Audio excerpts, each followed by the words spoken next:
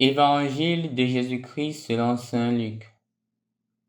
Au chapitre 24 des versets 13 à 35.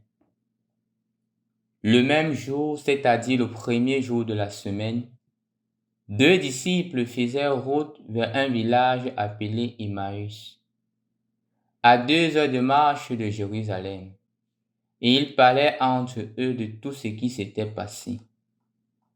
Or, tandis qu'ils s'entretenaient et s'interrogeaient, Jésus lui-même s'approcha et il marchait avec eux. Mais leurs yeux étaient empêchés de le reconnaître. Jésus leur dit: De quoi discutez-vous en marchant? Alors ils s'arrêtèrent, tout tristes.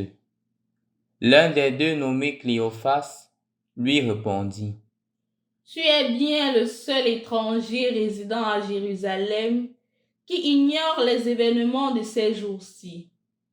Il leur dit: Quel événement?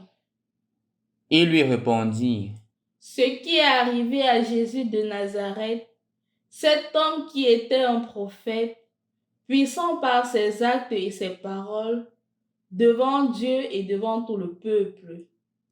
Comment les grands prêtres et nos chefs l'ont livré, ils l'ont fait condamner à mort et ils l'ont crucifié.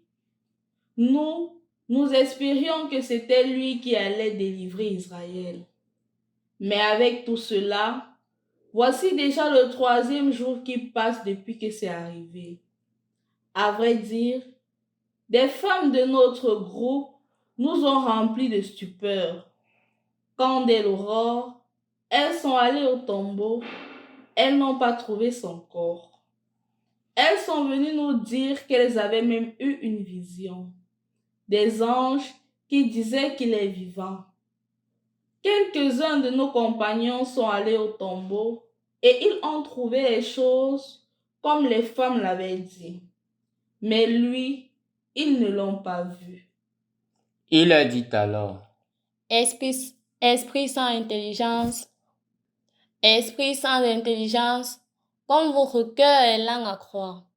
Tout ce que les prophètes ont dit, ne fallait-il pas que le Christ souffrit cela pour entrer dans sa gloire? Et partant de Moïse et tous les prophètes, il leur interpréta dans toute l'Écriture ce qui le concernait. Quand ils approchèrent du village où ils se rendaient, Jésus fit semblant d'aller plus loin, mais ils s'efforcèrent de le retenir. Reste avec nous, car le soir approche et déjà le jour baisse. Il entra donc pour rester avec eux. Quand il fut à table avec eux, ayant pris le pain, il prononça la bénédiction et l'ayant rompu, il le leur donna. Alors leurs yeux s'ouvrirent et ils le reconnurent, mais il disparut à leur regard. Ils se dirent l'un à l'autre: Notre cœur n'était-il pas brûlant en nous, tandis qu'il nous parlait sur la route et nous ouvrait les Écritures? À l'instant même, ils se levèrent et retournèrent à Jérusalem. Ils y trouvèrent réunis les 11 apôtres et leurs compagnons, qui leur dirent: Le Seigneur est réellement ressuscité. Il est apparu à Simon-Pierre. À leur tour, ils racontaient ce qui s'était passé sur la route et comment le Seigneur s'était fait reconnaître par eux à la fraction du pain. Au nom du Père et du Fils et du Saint-Esprit. Amen. En ce 3e dimanche du temps de Pâques, chers frères et sœurs dans le Christ, la lecture nous invite à réapprofondir notre compréhension du texte des disciples d'Emmaüs, redécouvrir combien Dieu nous a aimés, combien il nous aime et combien il nous aimera toujours. En effet, chers frères et sœurs dans le Christ, je voudrais que nous retenions 2 choses principales dans cette lecture. La première, c'est en rapport avec la rencontre de Jésus et les disciples d'Emmaüs. Ils sont dans le trouble parce que les textes qu'ils ont lus, la connaissance de la parole qu'ils ont reçue jusqu'alors, les aidait à comprendre qui était Jésus. Jésus qui était le Messie, Jésus qui était l'envoyé de Dieu, Jésus qui était justement celui-là qui venait libérer le peuple. Mais malheureusement, ce Jésus-là, il est mort. Ce Jésus n'est plus. Donc tout leur espoir est voué à l'échec. Tout ce sur quoi ils s'appesantissaient, tout ce sur quoi ils mettaient leur confiance n'est plus. C'est la première des choses que je voudrais que nous retenions. Jésus les aide à comprendre les Écritures. Jésus devient pour eux un moyen de meilleure compréhension de la parole de Dieu. Jésus éclaircit leurs difficultés en faisant un retour aux saintes Écritures. C'est donc un appel pour moi ou une invitation pour moi de me rendre compte que la source d'inspiration de mon action doit être la parole de Dieu. Dans les moments les plus difficiles, dans les moments les plus sombres de ma vie, le recours à la parole de Dieu est la meilleure solution qui puisse exister. Et en effet, chers frères et sœurs dans le Christ, c'est une invitation pour toi et pour moi aujourd'hui de comprendre que le critère de discernement, le critère de prise de décision qui doit habiter notre vie doit être la parole de Dieu. C'est parfois dommage de le dire que parfois la parole de Dieu n'est pas le critère de décision. La parole de Dieu n'est pas le moyen à travers lequel je discerne de ce qui est bon, de ce qui est mauvais. Parfois, ce sont mes émotions, ce sont mes sentiments, c'est mon bon vouloir, c'est l'environnement, ce sont les opportunités de la vie qui m'aident à discerner mes choix concrets. Pourtant, l'évangile d'aujourd'hui nous présente le moyen à travers lequel on doit faire un meilleur discernement. Pour une meilleure compréhension de la réalité, c'est la parole de Dieu qui doit nous illuminer. Mais faisons attention. Quand on parle de la parole de Dieu ici, on ne parle pas d'une parole quelconque. On parle de la parole de Dieu illuminée et comprise dans le cadre de la volonté de Dieu. Remarquons très bien, c'est pas que nos frères, les disciples d'Emmaüs, ne connaissaient pas la parole de Dieu. Rappelons qu'ils disent clairement que c'était lui le prophète d'Israël. Donc, en rapport avec les lectures, ils ont compris que celui-là était le Messie. Celui-là était l'envoyé de Dieu. Mais ils ont une connaissance limitée de la parole de Dieu. Il fallait donc que Jésus vienne leur expliquer la parole de Dieu dans sa plénitude. Ce qui était donné dans l'Ancien Testament était en vue d'accomplir ce qui se produit dans le Nouveau Testament. C'est ce que Jésus est en train de les appeler à comprendre. Et donc, mon frère, ma soeur, dis-toi que comprendre la parole est une chose, mais la comprendre à la lumière de Jésus est une autre. Parce que malheureusement, on se rend compte aujourd'hui, plusieurs personnes qui s'élèvent, j'ai été inspiré par Dieu, il donne son interprétation de la parole de Dieu. Quelqu'un va même jusqu'à te dire que la polygamie est normale, la polygamie est voulue par Dieu, la polygamie est quelque chose de béni par Dieu, oubliant que c'est l'Ancien Testament. Et que Jésus qui vient accomplir nous dit que hommes et femmes ne font plus qu'une seule chair. Et c'est cet enseignement que Jésus apporte, la nouveauté évangélique. C'est cet enseignement que Jésus donne quand il dit « Voici mon corps, voici ma chair ».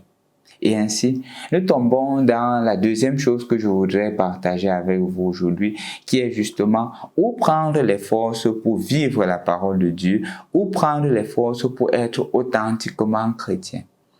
Les forces se trouvent dans l'Eucharistie. Je le dis sans risque de me tromper, je le dis avec la plus grande conviction possible. Nous, les catholiques, nous avons cette grâce inouïe que nous recevons Dieu chaque fois que nous recevons l'Eucharistie. Mais le vrai problème, c'est que nous ne croyons pas.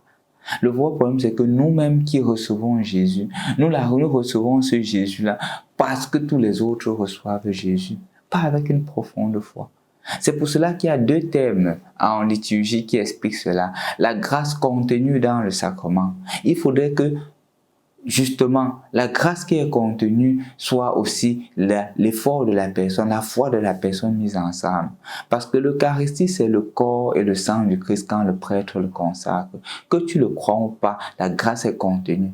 Mais pour que cela ait un effet dans ta vie, il faudrait aussi que tu y crois fermement, que tu crois que c'est Jésus que je reçois. Et quand je reçois Jésus, je ne fais plus qu'un avec lui.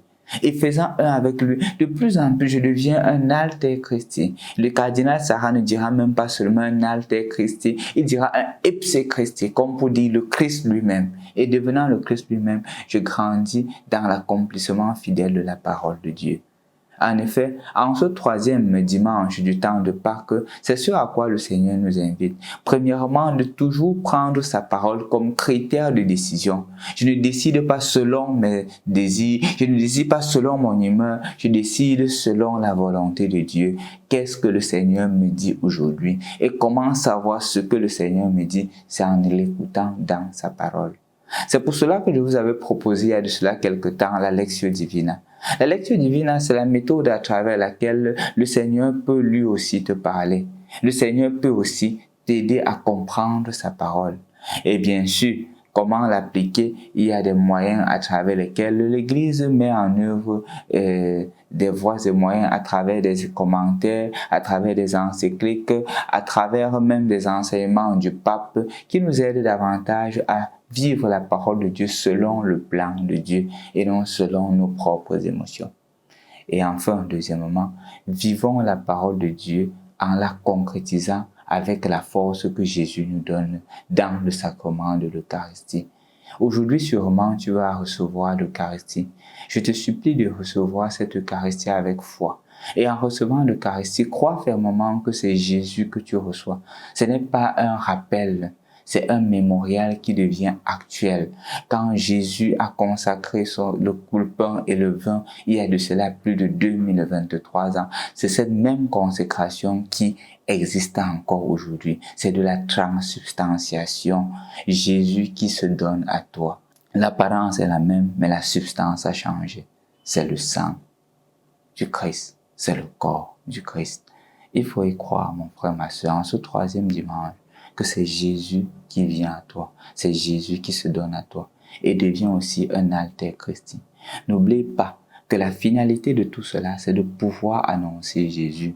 C'est pour cela qu'après que Jésus se soit manifesté à eux, quand il a rompu le pain, ils se sont levés, ils sont partis à Jérusalem annoncer.